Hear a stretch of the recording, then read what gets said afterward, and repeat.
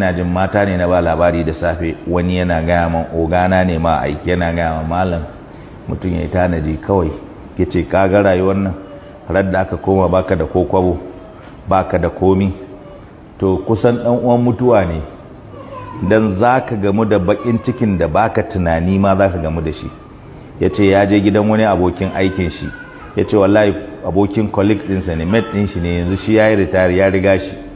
Yace wallahi kuka yayi masa da hawaye, yace duniyan nan ba wurin da mutum zai saki jiki bane, kuma duk wani wanda zaka rike yau a duniyan nan ka ce wai ka abin nan in ka sake wata rana sai ya juya ma baya. Sai yake bada labari yace matar shi yace ba abin da bai mata ba, ya aure tana yarinya, a wurin shi ta yi makaranta, ta gama makaranta, ya sama mata aiki, ya kai ta Makka, ya saya mata mota, ya yawo da ita sadda sheke da duk abin da ka san mutum zai ma mata in yana son ta, ce wallahi yayi ma matan nan. Da ya fara girma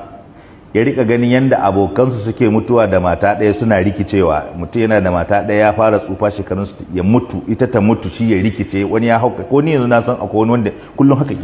ke ta yi yana ta haka tun daga radda aka bashi labari mata shi ta mutu, daga na ya rude, ya saba da ita, ya tsufa da ita, babu bai saba da kowa ba sai ita, yara kowane yara sun yi aure su kadai a cikin gida.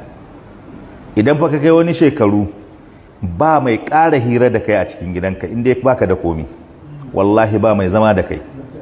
sai dai ko ka kalli TV ko karanta jarida, ko kuma in Allah ya taimake ka kai ta sallar duha, in ka iya karatun Qur'ani kai ta karanta kai kadai, ba mai zama kusa da kai. Ina ga maka wannan maganan in baka ji ba kuma ka gani, ba mai zama da kai, baka da komi,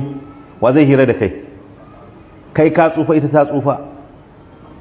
in tana nan kenan. In ko ba ta nan, yaran kowa ya kama gaban shi, a bakka cikin ɗaki kai ta, ba a nan ba aka tura maku mutumin da ‘ya'yan shi mata suka yi aure, shi ya tsufa daga shi sai su suka kulle shi a ɗaki suka tafi honeymoon,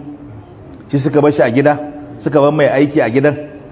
Mai aiki za ta rika kulawa da shi, mai aiki ta je tefa ne mota ta buge ta, ba a san daga gidan da ta fito ba, shi yana ɗaki kwance a cikin ɗaki, ita yara sun tafi honeymoon. Mai aiki da aka bari ta rika sawo kayan cefa ne tana mai abinci har su dawo, ita kuma mota ta buge ta, ba a san gidan da ta fito ba, mota ta buge ta, ta mutu an buge ta mutu, shi ma dole ya mutu a ɗaki. Malam Sani, yunwa ta kashe shi a cikin ɗaki, 'ya'yan shi su kuma sun tafi angunci ƙasar waje, 'yan matan da 'ya'yan shi da aka bar shi da su. Duk muna ganin abu bamu da darasi, da can sai a yi ta yi baka sani ba, yanzu wani abu ya faru yau din nan zaka ji. 'Ya'yan yanzu jiya na karanta na gani, da na ji nan Bilyamin ya ba mu labari, ina jin da suka kamar ina shakka, sai wani ya turo man in gani, sun je sun kama babansu, sun yi kidnapping din shi, sun ɓoye, suka ce a ba da ransom kuɗin fansa. 'Ya'ya fa su biyu, uwarsu ɗaya ubansu ɗaya, suka ɗauki uban Malam Sani, suka je suka ɓoye sha wani wuri, suka ce sai an biya kuɗin fansa, 'yan uwan shi su zo su biya kuɗi, ku ji fa, 'ya'yan mutum sun ɓoye shi, 'yan uwan shi su zo su biya kuɗin fansa. Da ba a biya su kuɗin fansar da suka yanke ba, aka daɗe ba a biya ba, sun kashe baban, tun da ba a biya su kuɗi ba.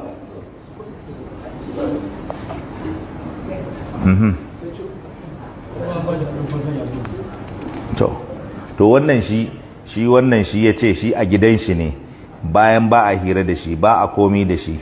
saboda abun nan ne da ya ga haka nan sai ya auri wata, shi ne laifin da ya yi masu babban wanda ya ƙara ba da haushi, yanzu kuma gashi baya da kuɗi. Ran nan ya zo gida, ya shigo gida sai kawai ya ga mai gyaran takalmi, kuma ga ɗiyar shi ita kuma ta zo daga gidan mijinta ta shigo cikin gida, ya ce yawwa alhamdulillah, suka gaisa, wance kina lafiya,